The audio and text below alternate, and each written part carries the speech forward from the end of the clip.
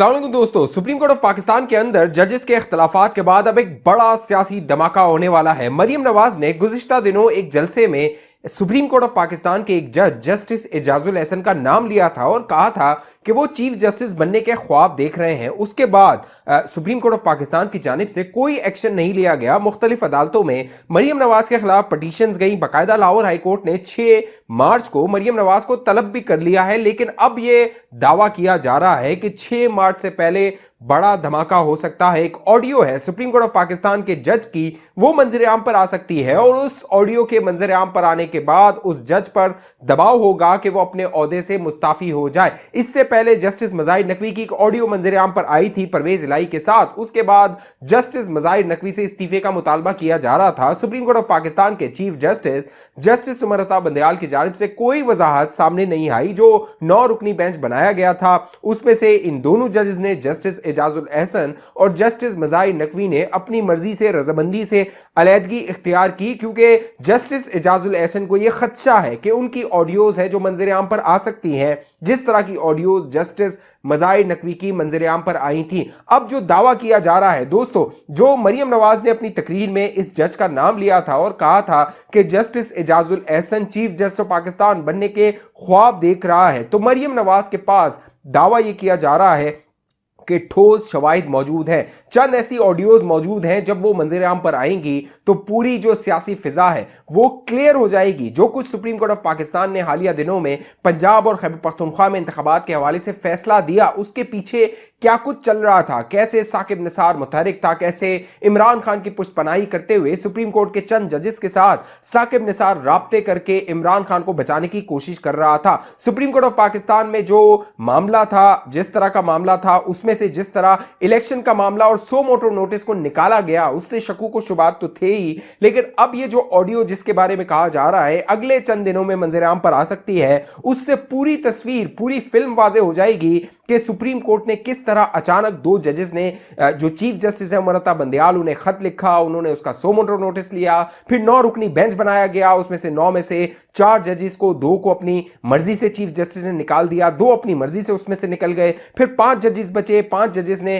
3-2 से एक फैसला दिया और वो फैसला बजाहिर इमरान खान के हक में जो है वो सामने आया है और इमरान खान उस पर शादियाने बजाते हुए बाकायदा अपने पांव का प्लास्टर भी निकाल चुके हैं, उतार चुके हैं और इलेक्शन की वो तैयारी कर रहे हैं। दावा यह किया जा रहा है कि जस्टिस एजाजुल एहसन और जस्टिस साकिब निसार की एक ऑडियो रिकॉर्ड हुई है और उस ऑडियो में साकिब निसार जस्टिस एजाजुल एहसन से कह रहा है कि जल्द से जल्द इमरान खान को कोई रिलीफ फराम करना है, क्योंकि हालात ये बन रहे हैं कि इमरान खान पकड़ा जाएगा, हम मारे जाएंगे। इमरान खान की गिरफ्तारी के हवाले से साकिब निसार मुबैना तौर पे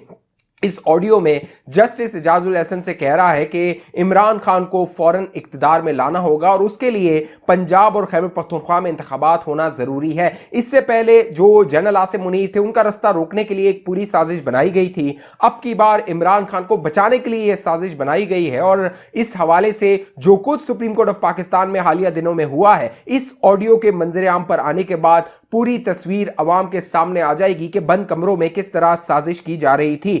जिस तरह एक गुलाम महमूद डोगर का केस था, उसमें 2 रुकनी बेंच समाअत कर रहा था जस्टिस एजाजुल एहसन और जस्टिस मज़ाहिर नकवी, उन्होंने जो चीफ इलेक्शन कमिश्नर थे अचानक उन्हें तलब कर लिया और उनकी तलबी के बाद उन्हें इलेक्शन के हवाले से सवालात किए जाने लगे। उससे शकूक व शुबात आसमान को छूने लगे थे कि अचानक यह मामला एक केस कुछ था, कुछ उसमें से निकाल कर कुछ उसमें से हासिल करने की कोशिश की जा रही है, तो ये आखिर क्यों हो रहा है। अब वो शकूक व शुबात थे वो हकीकत में बदलने वाले हैं। जब ये ऑडियो मंजर आम पर आएगी ये बड़ा धमाका होगा। अब मामला ये था, साकिब निसार का ये कहना था इन जजेस से कि जो राजा सिकंदर सुल्तान है वो दबाव में नहीं आ रहा, वो इस्तीफा नहीं दे रहा, क्योंकि इमरान खान ने अपने जलसों में उस पर कई इल्जामात लगा दिए हैं, कई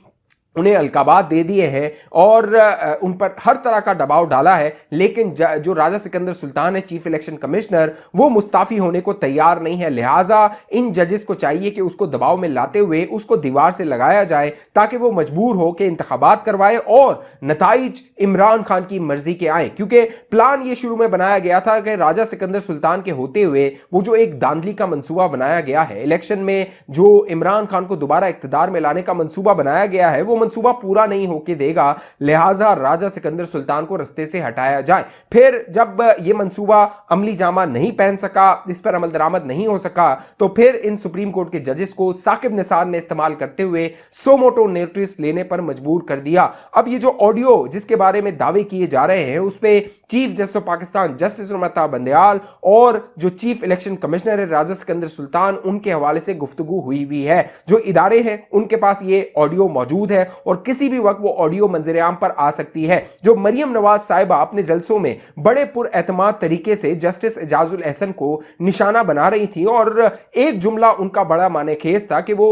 चीफ जस्टिस ऑफ पाकिस्तान बनने के ख्वाब देख रहा है, क्योंकि सितंबर में जब justice Qazi Faez Isa chief justice of Pakistan बनेंगे और वो जब रिटायर होंगे तो justice Ijazul Ahsan chief justice of Pakistan होंगे। लिहाजा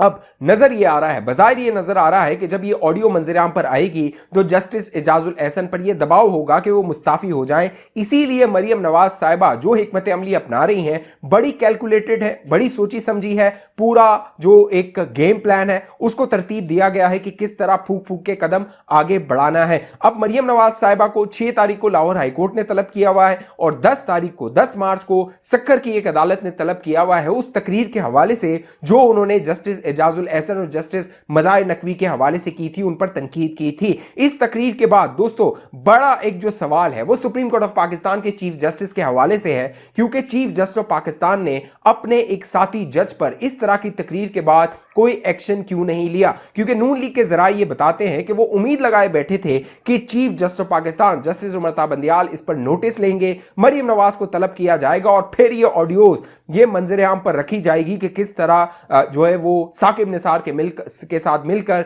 ये साजिश की जा रही थी और इमरान खान को सहूलत फराम करने की कोशिश की जा रही थी। जब ये ऑडियो मंजर-ए-आम पर आएगी तो ये जो चेहरों पर नकाब लगाए हुए हैं और तहरीक इंसाफ इन जजेस की हिमायत में जो मुहिम चला रही है वो खुलकर सामने आ जाएगी। इन ऑडियोज के मंजर-ए-आम पर आने के बाद एक और मुहिम चलाई जाएगी। आप दोस्त देखेंगे कि कहा जाएगा कि नून लीग जजेस को ब्लैकमेल कर रही है, उन पर हमला कर रही है, उनकी जो गुफ्तगू है उनको लीक कर रही है, लेकिन उस गुफ्तगू में जो बात हो रही है उससे तवज्जो हटाने की कोशिश की जाएगी। लेकिन दोस्तों आपने उस बहकावे में नहीं आना है।